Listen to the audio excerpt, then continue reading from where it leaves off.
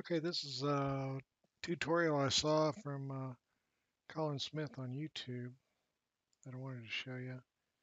It's just tips and new features in Photoshop, but I found this pretty interesting. It involves the libraries, which we don't really use at work because the cloud libraries don't work. But it has some features in there where it allows you to create uh, shapes and assets that you can use locally. So this has to be on a flat image like a JPEG or a flattened Photoshop file. I just took some images that I created that I'd already masked out because it seems to work better with masked images. But say a Photoshop uh, photograph like this, you hit this plus. If you mouse over it, it says add elements and you click on it. You have a couple different options. You can add the graphic, which is just add the picture to your libraries. You can add the foreground color. Why you'd need that, I don't know, but this is the one that gets interesting. Create image or create from image, and it takes you into a whole nother dialogue where you can create patterns using the image, and you can do it's almost like a kaleidoscope effect. You can move the image around to get different effects. You can scale the image. You can rotate it to get different effects. It's really funky to play with. Um, but the main thing I wanted to show you is the shapes because it takes the image and almost does like a levels, not levels, but it just makes a black and white image. Uh,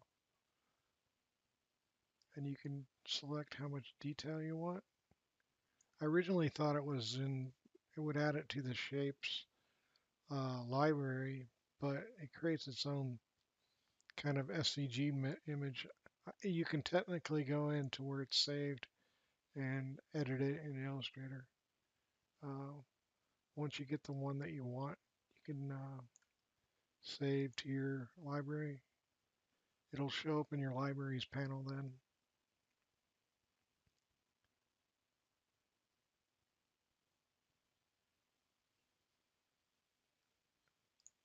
and you can drag it out onto your uh, document. You can scale this thing because it's a vector image, SVG. Uh, you can, since it's on its own layer, you can color it, uh, put a gradient on it, do whatever you want, pattern overlay. Uh, uh, you can create your own like collection in your libraries and drag it up to it. I just made some shapes. This is owl and do one of Adama that I already kind of did. Do the same thing to him.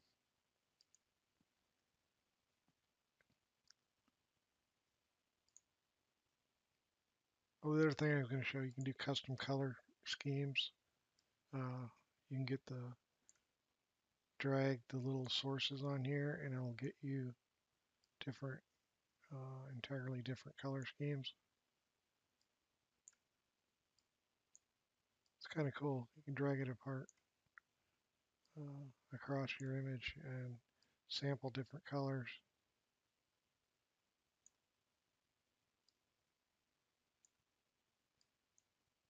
Uh, Save the shape. I played around with a bunch of different images doing this. It's kind of fun to play with.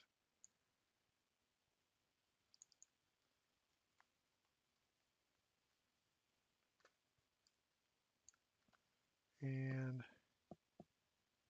I did Athena too. Let's do SpongeBob. SpongeBob was fun. Uh, he makes a cool pattern. It's just goofy to play with. because you can zoom in on just his eyes or teeth, play around with the rotation. The shape was really fun because you can adjust the threshold. That's what I was trying to think of. It's like a threshold adjustment, except this is making a vector image of it that you can use over and over again. Uh, SpongeBob. The other thing I was going to show you is the actual shapes, custom shapes tool. And when you open the panel up, these legacy shapes won't show up. It'll just be, well, that one I created, but it'll just show up with wild animals, leaf trees, boats, and flowers, and that's it. You won't see these legacy shapes and more. You have to go up to your little gear item and import shapes. No, it's not there. Let's see. Shape.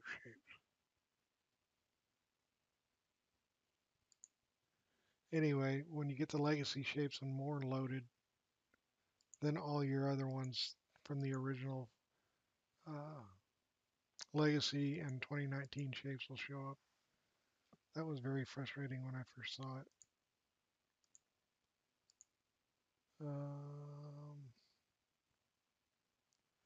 I think that's in this panel. Yeah, that's what it is.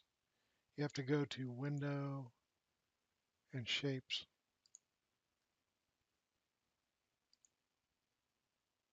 And it'll show up right there. Legacy shapes and more.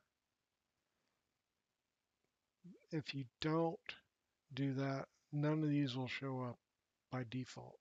So that was my tip or tips for the day. And me and SpongeBob bid you farewell.